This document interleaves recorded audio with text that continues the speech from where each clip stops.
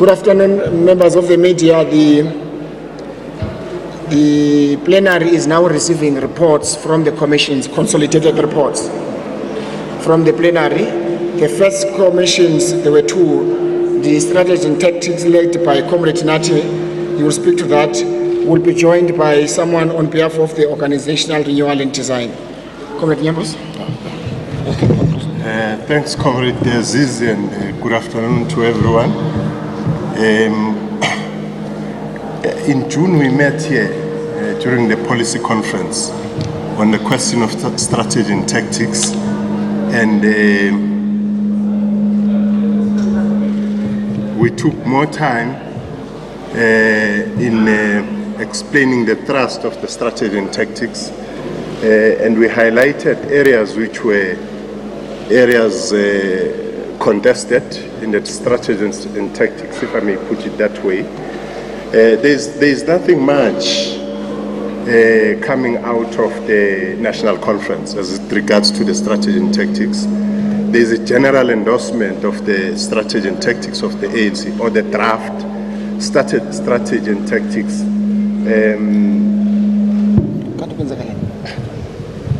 Some funny sound. Which we have shared with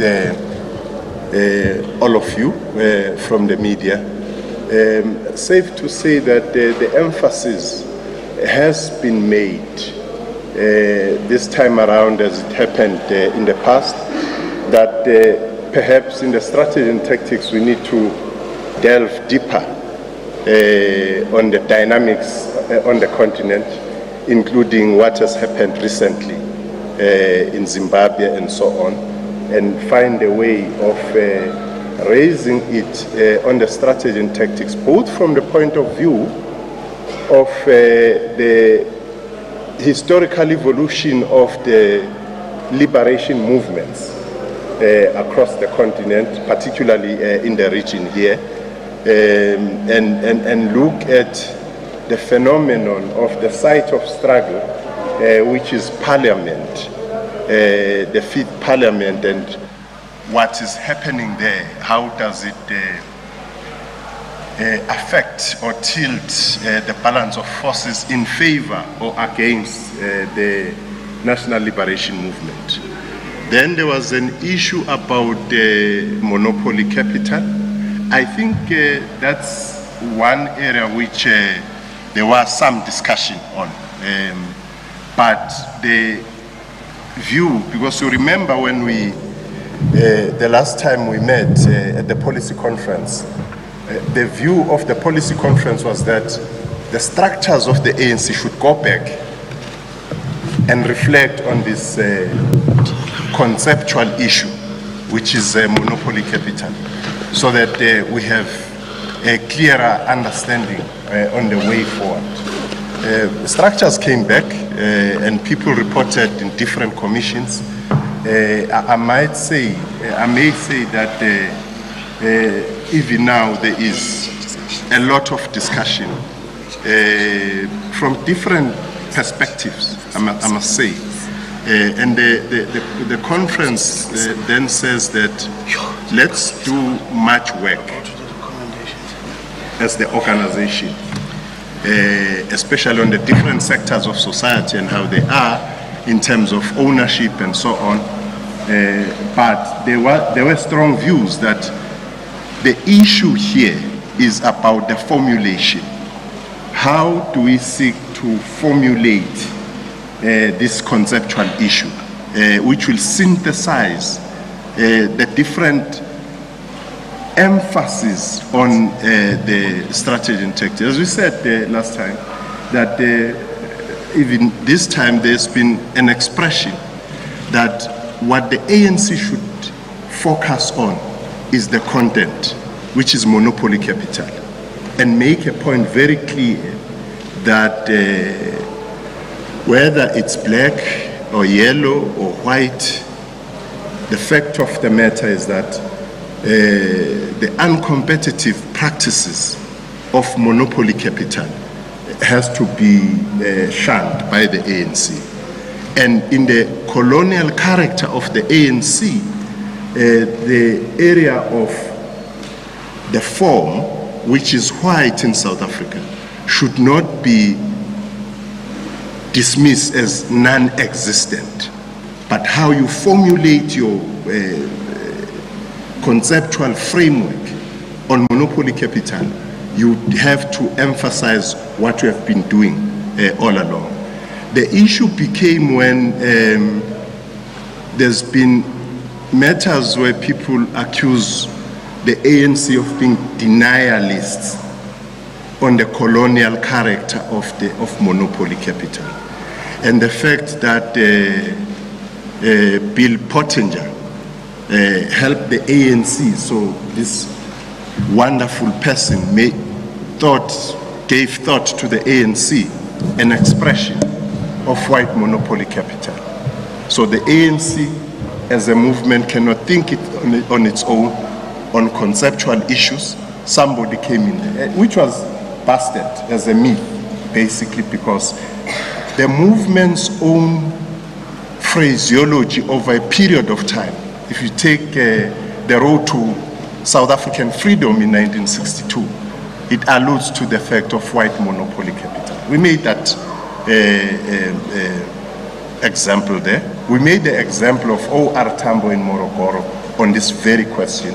We made an example of the General Secretary of the Communist Party now in 2007 on the very issue of white monopoly capital. But what we tried to do was to sway people away from being bogged down on conceptual framework, leave the formulation to the people who will formulate, but without being denialist on the colonial character of capital in South Africa, especially monopoly capital. That's the main issue of discussion. But generally, as I said, whether we're talking of the balance of forces domestically or globally, whether we're talking of the motive forces of the revolution, whether we're talking of the pillars of the revolution, there's been consensus, general understanding, and agreement in the structures of the ANC and branch delegates. Thanks. Thanks very much, Nyambose. We will take both commissions. Comrade Fikile April Mbalula has just joined us on behalf of Organizing, Renewal and Design. Thank you very much, Zizi. I would like to indicate that the 11 commissions considered the recommendations of the 5th National Policy Conference, the consolidated reports from the PGCs, as well as issues raised in the reports of the National Executive Committee, as presented by the President, Secretary General, and Treasurer General. Commissions noted the extensive and robust discussions during the 5-day policy conference and subsequent discussions in branches and provincial general councils. It was clear from the contribution of branch delegates to conference across commissions that BGMs engaged with the National Policy Conference recommendations. Conference salutes branches for taking their constitutional responsibility seriously.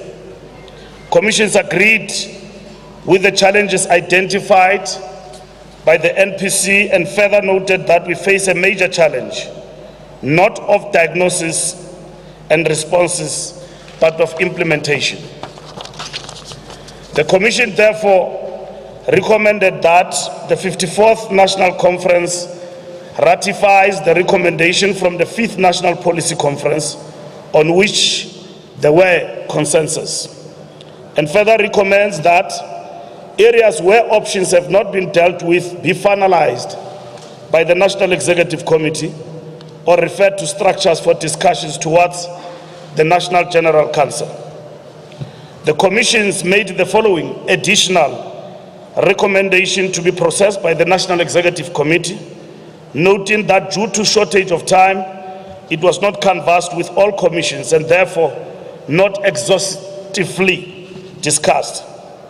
On the work of branches in the community, the Commission did not agree with the establishment of 2 membership categories, with supporters as membership category, and proposed branches should rather be involved in community engagement and activities.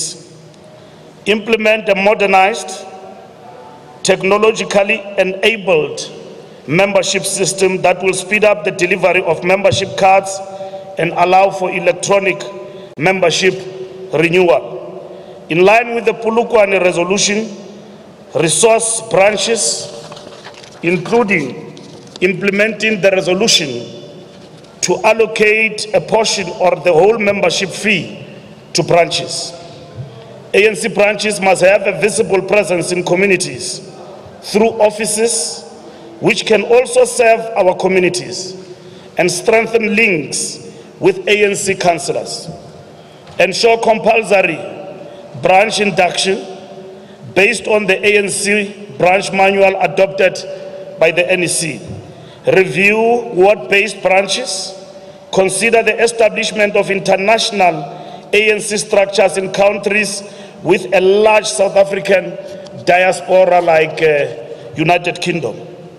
Strengthen sub-branches on membership recruitment, linking our targets with the size of the population. For instance, one household on ANC member. The ANC should ensure that leaders deployed in government go through compulsory, regular and ongoing development in addition to the responsibility of individuals to continually develop themselves. On elections, we agreed that we must implement the resolution on maintaining full-time election capacity at national, provincial and regional level.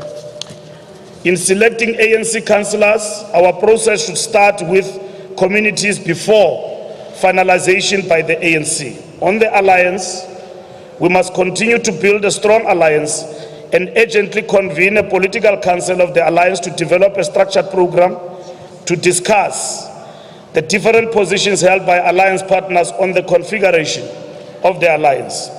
On sectoral work, recognizing the need to strengthen sectoral work across society as per the NPC recommendation, Commission made the following additions.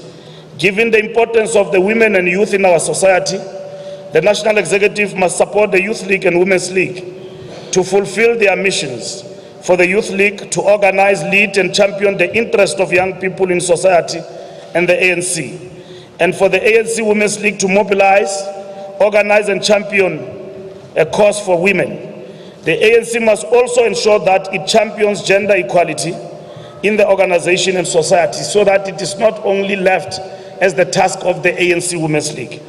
Given the changes in demographics and in particular our young population, Conference should advise the Youth League to consider its cut-off age to be in line with its youthful constituency, no more 37-year-olds.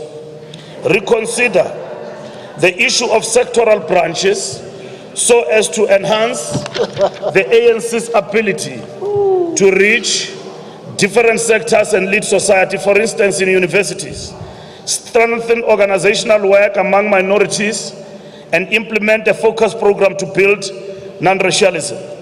Discuss with the Youth League the process of the SRC elections to be contested primarily by SASCO, supported by the Progressive Youth Alliance, not the other way around. The ANC Youth League participate in these processes to build the hegemony of the progressive forces. On regions and sub-regions. Sub-regions should not be linked to municipal boundaries. On ANC electoral processes in the ANC and managing succession, the NEC should process the proposal that ANC members vote directly for the NEC members for discussions towards the National General Council. Support the NPC recommendation for capping the percentage of NEC members deployed in government. Establish a permanent election commission in the ANC that is not composed of elected leadership with original powers, responsible for managing the election of ANC leadership at all levels. Ensure that those contesting leadership position declare their interests, including the amount and sources of money for campaigning. Also deal with conflict of interest in candidate selection of public office. Before I left plenary, there was a rider on this point to say that this matter must be open for discussion going forward in relation to how we approach this, precisely because the question of people declaring themselves candidates must find expression in the ANC processes, not just an individual cause. But should there be such a process, the question of money, the branding of vehicles and all of that, it must be known that you've got money, but where does it come from? So that we don't entertain the question of money laundering and all other things. Because in terms of the law, that can lead to racketeering and many other things. And arrest. The election of leadership in all structures must ensure continuity as well as renewal. The NEC should manage the 2 centers of power after national conference. You know the 2 centers of power. Yes, that is what we say, that the National Executive Committee must actually manage that particular process. Consideration should be given to extending the provision for gender equity to the top officials' positions in all structures. Because the question of gender equity apply across. Now the proposal here, it says that it must consider equity on the top 6 so that we don't end up with the bloodbath we have seen in relation to the proposals that must be processed in the National General Council. On the Council of Elders proposes the establishment of a Council of Elders consisting of eminent ANC leaders, including former senior officials, presidents, SGs, etc., to advise and engage on challenges facing the movement, on ANC credibility and integrity, dealing with corruption.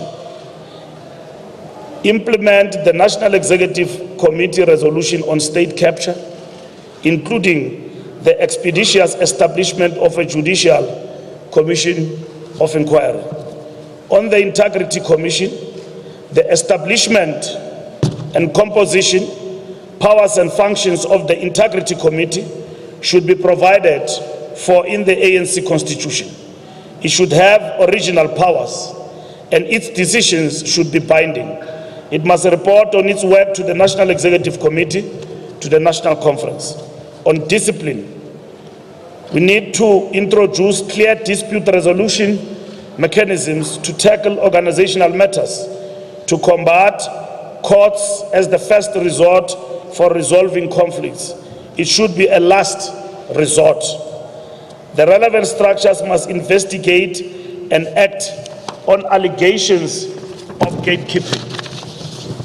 On ex-combatants, note the work started by the outgoing NEC to investigate the issues relating to MK-MVA and the MK Council, and mandate the incoming NEC to facilitate unity and inclusion of all MK ex-combatants. On the battle of ideas, develop protocols aimed at guiding conduct on social media to be included in our code of conduct. In conclusion, the Commissions therefore recommended that the 54th National Conference ratifies the recommendations from the 5th National Policy Conference on which there were consensus. 2, further recommends that conference mandates the NEC on areas where options have not been dealt with, and the additional recommendation from conference commissions to finalize this or refer to structures for discussions towards the National General Council as we deal with organizational renewal and design in the organization. Lastly, number 3, mandate the NEC to drive a sustained program of organizational renewal and report on such to the National General Council. Thank you. Thank you, Fikile. Can you take questions? Where are the mics? Ranjeni, Natasha, Tsepo, in that order. No. Ranjeni, you'll have to stand up.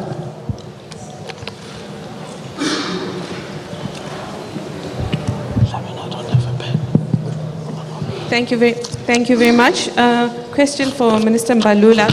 On the issue of two centers of power, which is the superior power from the two centers now? In conference's view, which is the ultimate authority between Luthuli House and the Union buildings? And secondly, on the issue of capping the number of NEC members in the state, does that mean that the ANC is going to have more involvement in terms of deployment and more consultation with whoever has prerogative in the state to make deployments? Thank you.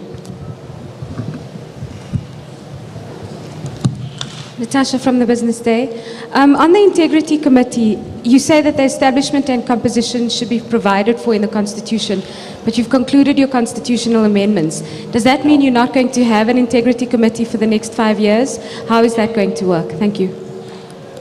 Tsepo Hikanem from the SABC. On the follow-up on the capping of the deployment of NEC members to the cabinet or the executive, is there a threshold of which the members are proposing in terms of how much of a percentage should be allowed to serve in cabinet? And on the issue of the reduction of the NEC, I didn't hear anything coming out of that. Was that entertained, and do we have a number?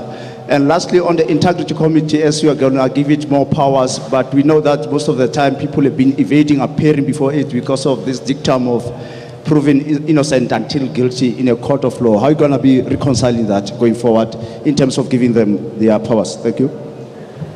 Dr. Mkabisi, I know that is a subject very serious to you. Okay. Pete. Oh, looks like there are no questions this side. Oh, Juanita? Thank you very much. Minister Mbalula, I just want to check one thing, or two things rather. The issue of the resolution on the Commission of Inquiry into State Capture, can we say that that a decision on the Commission of Inquiry into State Capture is a resolution of this conference? And is it the same one that was recommended by the Public Protector, or does the ANC want something different? And the second thing that I wanted to find out about the Youth League age limit, what was the discussions in that regard? What should be the age limit of the Youth League? Thank you.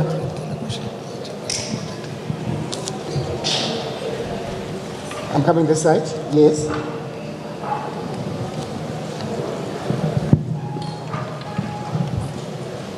Conrad, wait there. I know you're gonna make us laugh. No, Conrad. Okay, Cindy Siwetwala. For Fikile Mbalula, another question I have in terms of the Integrity Commission, there were suggestions that they be elected, and will they be elected? Is there a different process into the election of the integrity process that will take the Integrity Commission that will be taken? And since you mentioned that they'd also have to give report back to the NEC, so whatever they decide, will they have to also be seconded by the NEC for it to be enforced, or will they be able to be the disciplinary body on their own? Tula Sizwe from ENCA. Mr. Nathi Mthethwa, this one's for you. About this concept of monopoly capital and its character.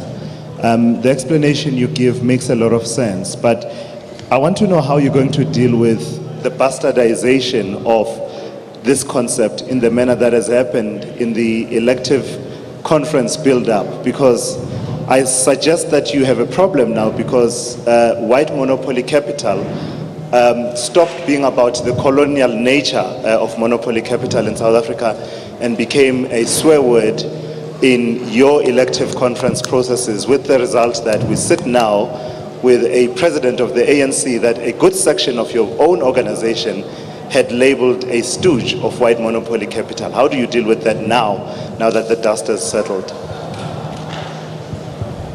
Lance Claassen, 702. On the follow-up on monopoly capital, this has been an issue going on since the 1960s that the ANC has addressed it, but it doesn't say, none of the documentation in the NPC document say how you're going to address it. Will you legislatively break up the monopolies? will you nationalize the monopolies, or will you look for alternative models in the for forcing communities and workers onto the boards of these monopolies? That's not addressed in the documentation. Conrad. Thank you, Comrade Zizi. This is Chester Missing from the NDZ slate. Minister Mbalula, you mentioned having a social, I hope you're doing well, you're having a social media policy, you say. Will that include you retweeting and subtweeting yourself about the outrageous tweets that you have made? And if not, will you recall your Twitter account? Thank you. Thank you. Amandla. Yeah. I bring him when it's time to always bring him. Lungana Mhlongo from KCFM News. My question goes to Minister Mbalula or Mbalula. Mbalula, you spoke about the state capture. Does the ANC knows when the President of the Republic is going to appoint a judicial commission into the state capture? Do you know maybe when? The exact date, time? And place. And place. Jan Lange from Report to Mr. Mtetwa. In the policy conference, it was recommended that the Economic Commission prepares a report to conference on industries where monopolies are active and recommendations how it should be broken up. Can you inform us what the content of this report was and what the decision of it was? I now give the chairperson's Well, thanks, Comrade Zizi. Perhaps let me start with the last one. The ETC, you're correct, the Economic Transformation Committee is still working on that. They are not ready with the report on different sectors, as it were. And that coincides with the fact that the strategy and tactics document has to be finalized soon. With the incoming NEC has to ensure that it finalizes it and taking to cognizance what would have come out of that process. The gentleman, I missed the name about the monopolies. The strategy and tactics, one of the things in disciplining monopolies raises the question of strengthening competition authorities as one of the areas which need to be, or as one of the steps which need to be strengthened or utilized to ensure that the monopolies are disciplined. But this is done against the backdrop of the relationship between the National Democratic Revolution and movement with monopoly capital and capital generally. That is the unity and struggle or contestation and cooperation. So the emphasis here has been on the disciplining and the question has been how do you discipline monopolies? And that's one of the areas which has been used. No, Tula Sizwe, the debate will continue. It will continue. There's been some work done in terms of the monopolies in South Africa and the practice itself. Using it as a swear word, I wouldn't want to get into that. But the most important thing is that it is a debate. And it is a debate which has to ensure that you synthesize different backgrounds on the very same point. I don't think any leader of the ANC would be part and parcel of swearing to each other, as it were. But the fact and what you are raising is that it is an ongoing debate. It will be ongoing until I don't know when, But the most important thing, which I think we need to emphasize, as we said in the policy conference, is that how we've been going about crafting in the strategy and tactics this question of monopoly capital from 2007, particularly in the national conference, that should be prevailing. I know when we said that last time, people said that, well, the ANC has done away with the view of white monopoly capital, which was not the truth. Because the report of the policy conference and what we've been deliberating on, which is that report, it's not shunning away from white monopoly capital, exactly from the policy conference itself. But what we are seeking to do is to ensure that we speed up, because if there is no clarity on the question of the strategy and tactics, all other matters, whether it's organizational renewal, whether it's social transformation, including economic transformation and so on, you are not going to get a clear way forward, because it means the roadmap, which is a strategy and tactics, is not clear on that. But I can say that it will take a lot of work to change how we've always formulated, without being denialist, how we've always formulated monopoly capital at the conceptual level. Thank you. Yes, first on the question of the two centers of power. We are saying in terms of the commissions that that must be managed by the National Executive Committee. The center of power, it is the African National Congress. It is the ANC that takes decisions and give direction to its deployees in government. The National Executive Committee will process this resolution in terms of implementation. So that is what it means. So with regard to the two centers of power, it is the African National Congress that takes decision and give mandate to its deployees who are in government a clear program of what needs to be done in terms of their areas of deployment.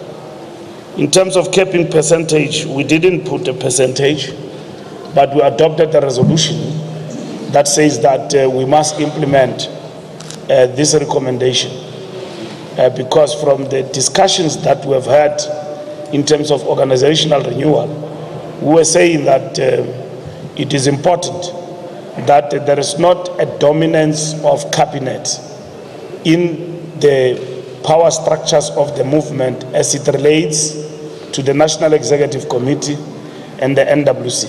So the NEC must process that towards the General Council, because you realize that the National Executive Committee is to an extent that we can put this in the Constitution and put a cap. It's a matter that we need to continue to process and think about it going forward. But the principle is agreed that for now, going forward, this matter must be considered by the organization and have a balance in terms of the number of cabinet members in the power structures of the National Executive Committee. Integrity Commission, we are agreed here that it must actually be given full powers and original powers in the Constitution of the ANC.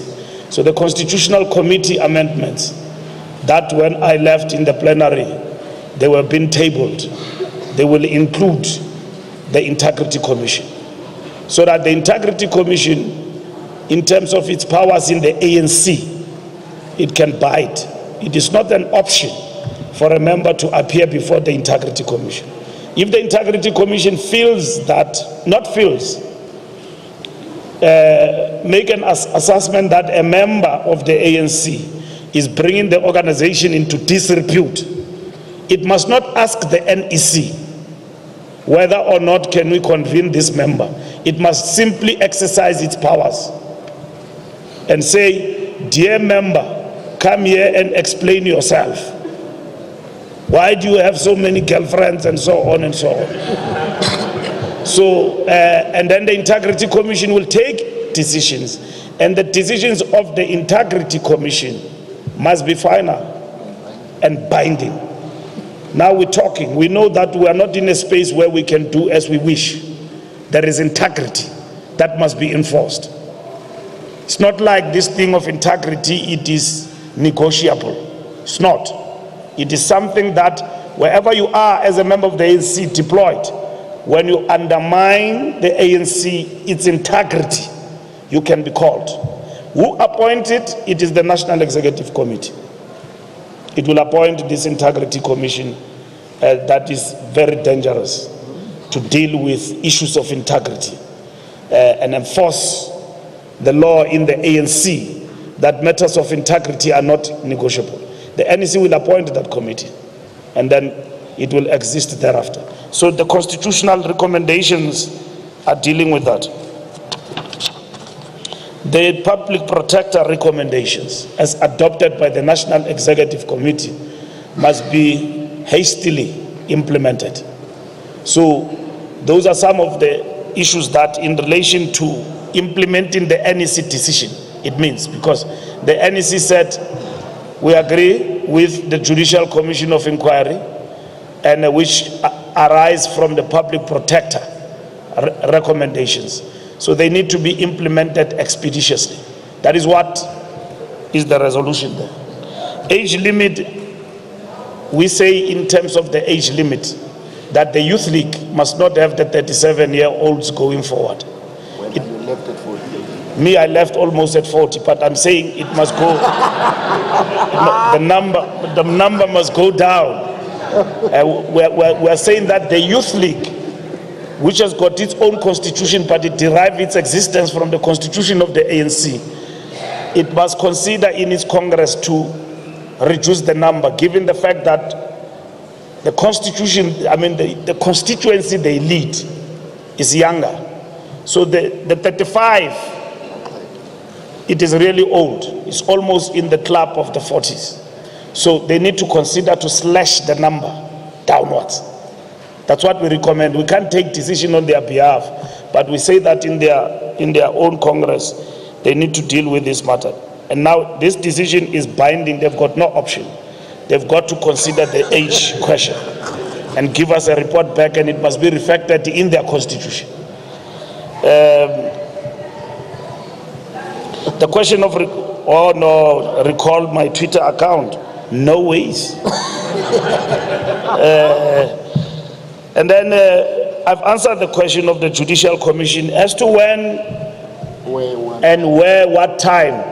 It's a matter that must be processed by the National Executive Committee, but the recommendation is that it must be implemented hastily as per the decision of the National Executive Committee. It is reaffirmed. So the new NEC will implement that. Thank you very much. It's just the last two hands. They have to go to the plenary. Professor Poison, there's a mic just behind you. Thank you. I think my question is largely covered. It was going to be about your saying that the relationship between the two centers of power has to be managed. I was interested in what you specifically meant by managed. You did have an early explanation about some aspect of it, but in practice, how do you envisage that working? Thank you very much. Keldin. Thank you. It's a follow-up on Professor Boyson's question on you saying NEC must manage the two centers of power. Does that mean that President Zuma's future also lies in the hands of NEC now, since the business and civil societies are already calling for the new ANC top 6 to say President Zuma must be recalled? Thank you. No, if the decision to recall the president arises in the context of the new National Executive Committee, that will be the decision of the NC. It will be the decision of the National Executive Committee in terms of the NEC being the center of power.